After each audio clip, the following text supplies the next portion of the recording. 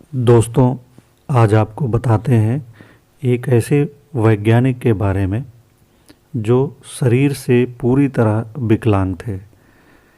न वह चल पाते थे, न बैठ पाते थे, न हाथ हिला पाते थे, न ही बोल पाते थे। हमेशा व्हील चेयर पर रहते थे, लेकिन उन्होंने ब्रह्मांड के जटिल से जटिल रहस्यों का उद्घाटन किया। ब्रह्मांड के जटिल से जटिल रहस्यों को खोला, बिग बैंग का सिद्धांत दिया और उसे बदल दिया। जी हाँ, हम बात कर रहे हैं ब्रह्मांड के रहस्य दुनिया को बताने वाले महान वैज्ञानिक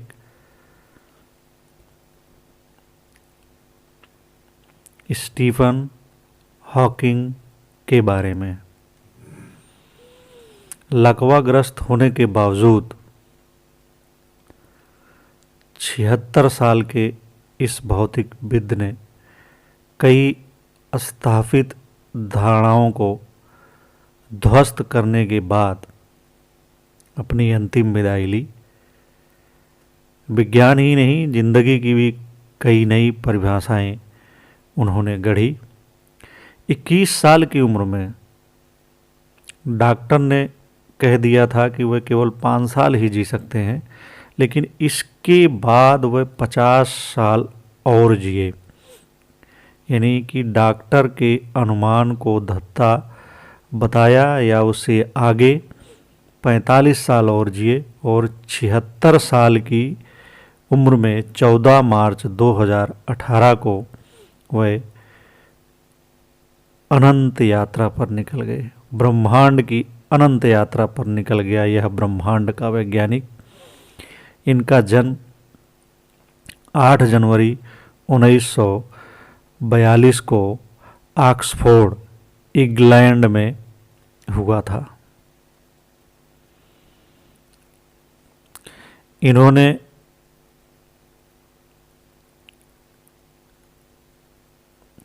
यह संयोगी था कि उनका जन्म महान खगोल शास्त्री गैलीलियो की 300वीं पुण्यतिथि पर हुआ था। इन्होंने पढ़ाई Saint Albans School, Hertfordshire, Oxford University से बीए ऑनर्स, कैम्ब्रिज यूनिवर्सिटी से एमए एवं पीएचडी की थी। शिक्षक के तौर पर 39 रिसर्च स्कॉलरों को पीएचडी करवाई थी।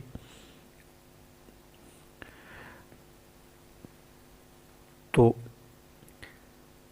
आज तक न्यूटन और अल्बर्ट आइंस्टाइन की महानता को छूने वाले भौतिक वैज्ञानिक स्टीफन हॉकिंग पढ़ाई के दौरान 1963 में जानलेवा बीमारी के कारण अपंग हो गए थे। इसकी वजह से वह बहुत दिनों तक तनाव में रहे, डिप्रेशन में रहे, लेकिन इस कमी के बावजूद वह हमेशा जिंदा दिल बने रहे। ब्रह्मांड के गूढ़ रहस्यों को सुलझाने के साथ वह गजब के सेंस ऑफ ह्यूमर भी रखते थे। वह कहते थे, हमेशा ऊपर देखें, तारों की तरफ, अपने पैरों की तरफ, नीचे नहीं। काम करना कभी बंद ना करें। काम ही आपको अर्थ और उद्देश्य देता है, जिनके बिना जीवन रिक्त है। अगर आपको किसी का प्रेम मिला है तो उसे सहेज कर रखिए, नकारिए नहीं। ये उनकी थीसिस थी। उन्होंने ईश्वर के अस्तित्व को नकार दिया था और साफ कहा था कि ईश्वर नहीं है, ऐसी कोई शक्ति नहीं है जिससे ये ब्रह्मांड संचालित है। ये ब्रह्मांड ही अनंत है। उनका दावा था कि धर्म शासन की तरह काम करता है, जबकि विज्ञान तर्क आधारित है। यही वजह है कि धर्म के मुकाबले विज्ञान ज़्यादा सफल है। उन्होंने ईश्वर के अस्तित्व को नकार दिया। 2014 में खुद को नास्तिक घोषित कर दिया था। उन्होंने स्वर्ग के मिथक को भी नकार दिया। उनका कहना था, द गार्जियन को दिए एक इंटरव्यू में उन्होंने कहा था कि स्वर्ग एक मिथक है, स्वर्ग या मृत्यु के बाद जीवन जैसी कोई चीज़ नहीं होती। यह केवल परिकथा है जिनसे लोगों के डर को खत्म करने की कोशिश की जाती है। उनका यह भी कहना था, 2010 में उन्होंने कहा था कि ब्रह्मांड जितना बड़ा है उसके अनुसार एलियंस यानी परग्रहवासियों के अस्तित्व को नकारा नहीं जा सकता। हालांकि वह उनसे संपर्क करने के खिलाफ थे, उनसे मतलब एलियंस के, क्योंकि उनका मानना था कि एलियंस द्वारा धरती से संसाधनों को लूटने की कोशिश की जा सकती है। जलवायु परिवर्तन पर उन्होंने चेताया था कि जलवायु परिवर्तन से 2600 तक धरती आग के गोले में तब्दील हो जाएगी। इससे मानव सभ्यता का अंत हो जाएगा। उनका मानना था कि इंसानों को 10 लाख साल तक अस्तित्व बचाए रखना है तो 100 वर्षों में दूसरे ग्रहों पर उपनिवेश बनाना पड़ेगा। ये उन्होंने बहुत साफ चेतावनी दी थी। आर्टिफिशियल इंटेलिजेंस के बारे को उन्होंने मानव सभ्यता के लिए खतरा बताया था। बीबीसी न्यूज़ को 2014 में दिए एक इंटरव्यू में हॉकिंग ने चेतावनी दी थी कि आर्टिफिशियल इंटेलिजेंस एआई और सोचने वाली मशीनों के कारण मानव जाति का अस्तित्व खतरे में पड़ सकता है। पिछले साल मतलब 2017 में वायर्ड पत्रिका को उन्होंने बताया था कि एआई अंत में एक ऐसे स्तर पर पहुंच जाएगा जहां यह इंसानों को पीछे छोड़ देगा। अगर लोग कंप्यूटर वायरस डिजाइन कर सकते हैं तो कोई भविष्य में ऐसे एआई यानी आर्टिफिशियल इंटेलिजेंस भी डिजाइन कर सकता है जो खुद ही सुधार कर सके और अपनी प्रतिकृति बना सके। इसी तरह उन्होंने चिकित्सा क्षेत्र के निजीकरण को घातक बताया था। हॉकिंग का कहना था कि चिकित्सा सेवाओं के निजीकरण के कई घातक परिणाम हो सकते हैं। उनका मानना था कि चिकित्सा सेवा मुहैया कराना सरकार का दायित्व है। जब सिस्टम ज़्यादा लाभ कमाने के लिए काम करता है तो निजी क्षेत्र प्रभुत्व कायम करने लगता है। चिकित्सा क्षेत्र में ऐसा हुआ तो ज़्यादा लाभ कमाने के लिए सेवाओं को महंगा कर दिया जाएगा। वह इंग्लैंड की सरकारी नेशनल हेल्थ सर्विस का आभार भी जताते थे जिनकी वजह से वह गंभीर बीमारी के बावजूद जीवित रह सके। शायद यही वजह थी कि वह कहते थे कि चिकित्सा सेवाओं का निजीकरण नहीं होना चाहिए। इस चीज़ को वह बहुत गंभीरता से समझते थे और इसीलिए वह यह राय भी रखते थे। उनके जीवन पर 2013 में एक फिल्म बनी थी, हॉकिंग नाम से डॉक्यूमेंट्री बनाई गई थी, जिसमें उन्होंने अपने जीवन के बारे में कहा था, चूँकि हर दिन मेरे जीवन का आखिरी दिन हो सकता है इसलिए मैं एक मिनट का ज़्यादा इस्तेमाल कर लेना चाहता हूँ। 2014 में उनके जीवन पर आधारित द थ्योरी ऑफ एवरीथिंग नामक फिल्म भी बनाई गई थी। जिंदगी कितनी ही बुरी क्यों ना हो, सफल होने के लिए आपके पास हमेशा बहुत कुछ होता है। ये स्टीफन हॉकिंग कहते थे।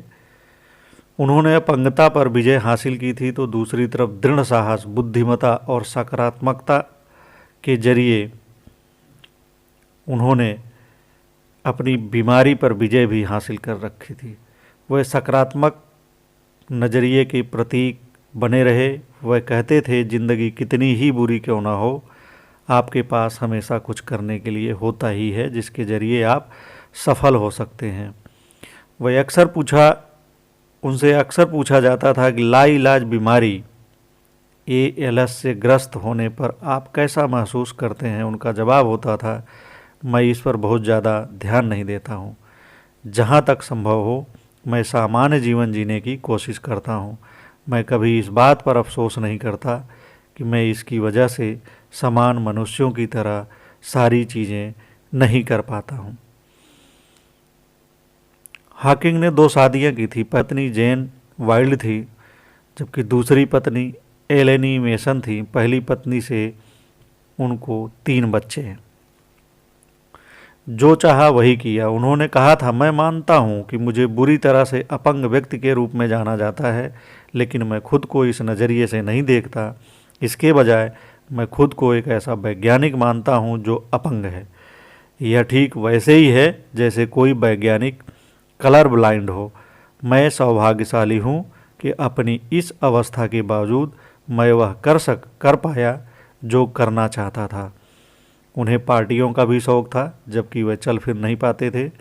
उनकी बीमारी बहुत बढ़ गई थी। इसके बावजूद यहाँ तक कि उनके चेहरे की मांसपेशियों व उंगलियों के अलावा कोई हरकत तक नहीं होती थी, फिर भी वे पार्टियों में शामिल होते थे। उन्हें फिल्मी कलाकारों का साथ बहुत पसंद था। उन्होंने Star Trek the next generation नामक एक फिल्म में छोटी सी भूमिका भी निभाई थी और मशहूर टीवी सीरियल द सिम्पसन में एक एनिमेटेड कैरेक्टर का रोल भी किया था।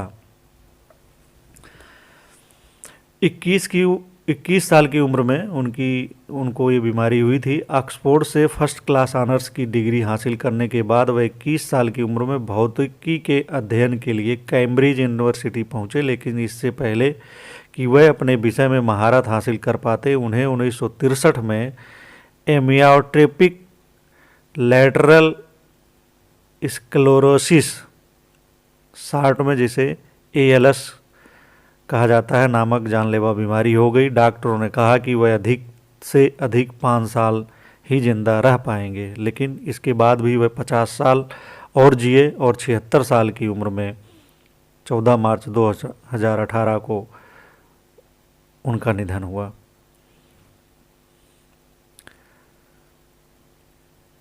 क्या है ALS? दरअसल यह बीमारी मोटर न्यूरॉन के क्षतिग्रस्त होने के कारण पैदा होती है। हमारे मस्तिष्क की तरह मांसपेशियां उनके फ्रंटल लोब में स्थित मोटर न्यूरॉन से नियंत्रित होती है। फ्रंटल लोब के अलावा मस्तिष्क के निचले हिस्से और मेरुदंड में भी मोटर न्यूरॉन पाए जाते हैं। जब मस्तिष्क या मेरुदंड या दोनों जगहों के मोटर न्यूरॉन कमज़ोर हो जाते हैं तो यह बीमारी होती है। इससे ग्रस्त व्यक्ति के शरीर के बाकी अंग धीरे धीरे काम करना बंद कर देते हैं। इस बीमारी ने स्टीफन हॉकिंग को असहाय कर दिया। लकवा मार जाने के कारण वह व्हील चेयर से बंध कर रह गए। उनकी बोलने की शक्ति भी जाती रही। वह अपनी कुछ उंगलियों को ही हिला पाते थे। उन्हीं के सहारे वह व्हील चेयर से लगे कंप्यूटर पर टाइप करते थे, जिसे स्पीच सिंथेसाइजर से आवाज़ में बदला जाता था। डॉक्टरों के लिए उनका इतने लंबे समय तक जिंदा रहना एक रहस्य रहा। यही नहीं, इस बीमारी से ग्रस्त होने के बाद उनकी सीखने और समझने की क्षमता भी बढ़ती गई। कुछ डॉक्टरों के अनुसार उनकी बीमारी के बढ़ने की गति काफ़ी धीमी थी, जिसकी वजह से वह इतने दिनों तक जिंदा रह सके। वह कहते थे, कभी कभी सोचता हूँ कि क्या मैं अपनी व्हीलचेयर और विकलांगता के लिए उतना ही प्रसिद्ध हूँ जितना अपनी खोजों के लिए। इतना सब करने के बावजूद उन्हें नोबेल पुरस्कार नहीं मिला। ब्रह्मांड के रहस्यों पर से पर्दा उठाने के बावजूद हॉकिंग को कभी नोबेल पुरस्कार नहीं मिला। इसकी एक बड़ी वजह यह है कि उन्होंने जो कुछ भी किया वह सैद्धांतिक रूप से तो साबित किया जा सकता है, लेकिन उसका कोई अनुभवजन्य साक्ष्य अब तक हासिल नहीं किया जा सका है। स्टीफन हॉकिंग के भौतिक विज्ञान के सिद्धांतों ने वैज्ञानिकों के साथ साथ आम आदमी के ब्रह्मांड को देखने के नज़रिए को बदल दिया। उनका योगदान इतना महान है कि उनकी तुलना अल्बर्ट आइंस्टाइन की उपलब्धियों से की जा सकती है। वैज्ञानिकों को उन्होंने ब्लैक होल और ब्रह्मांड की उत्पत्ति के सिद्धांतों से चकित किया, तो आम आदमी को रिकॉर्ड तोड़ बिक्री करने वाली अपनी पुस्तक ये ब्रीफ हिस्ट्री ऑफ टाइम, समय का संक्षिप्त इतिहास से हैरानी में डाल दिया। ये ब्रीफ हिस्ट्री ऑफ टाइम्स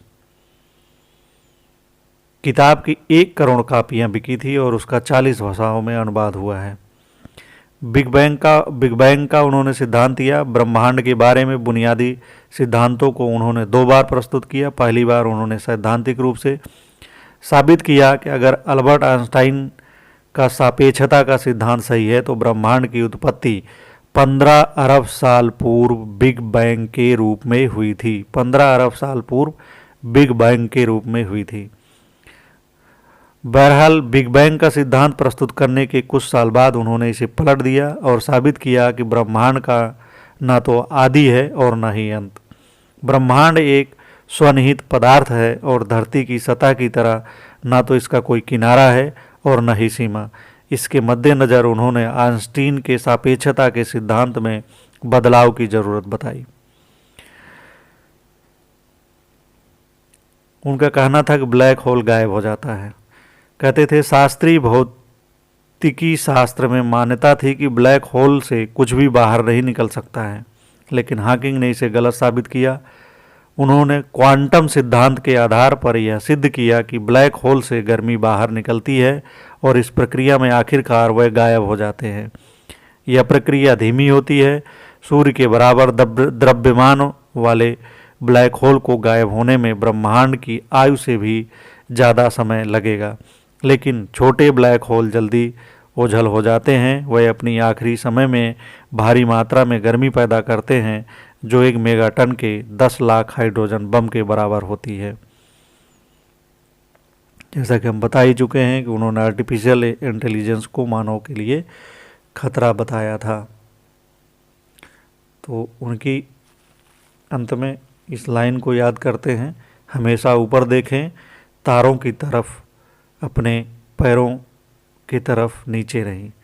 हमेशा ऊपर देखें, तारों की तरफ, अपने पैरों की तरफ नीचे नहीं। काम करना कभी बंद ना करें। काम ही आपको अर्थ और उद्देश्य देता है। जिनके बिना जीवन रिक्त है। अगर आपको किसी का प्रेम मिला है तो उसे सहेज कर रखिए, नकारिए नहीं।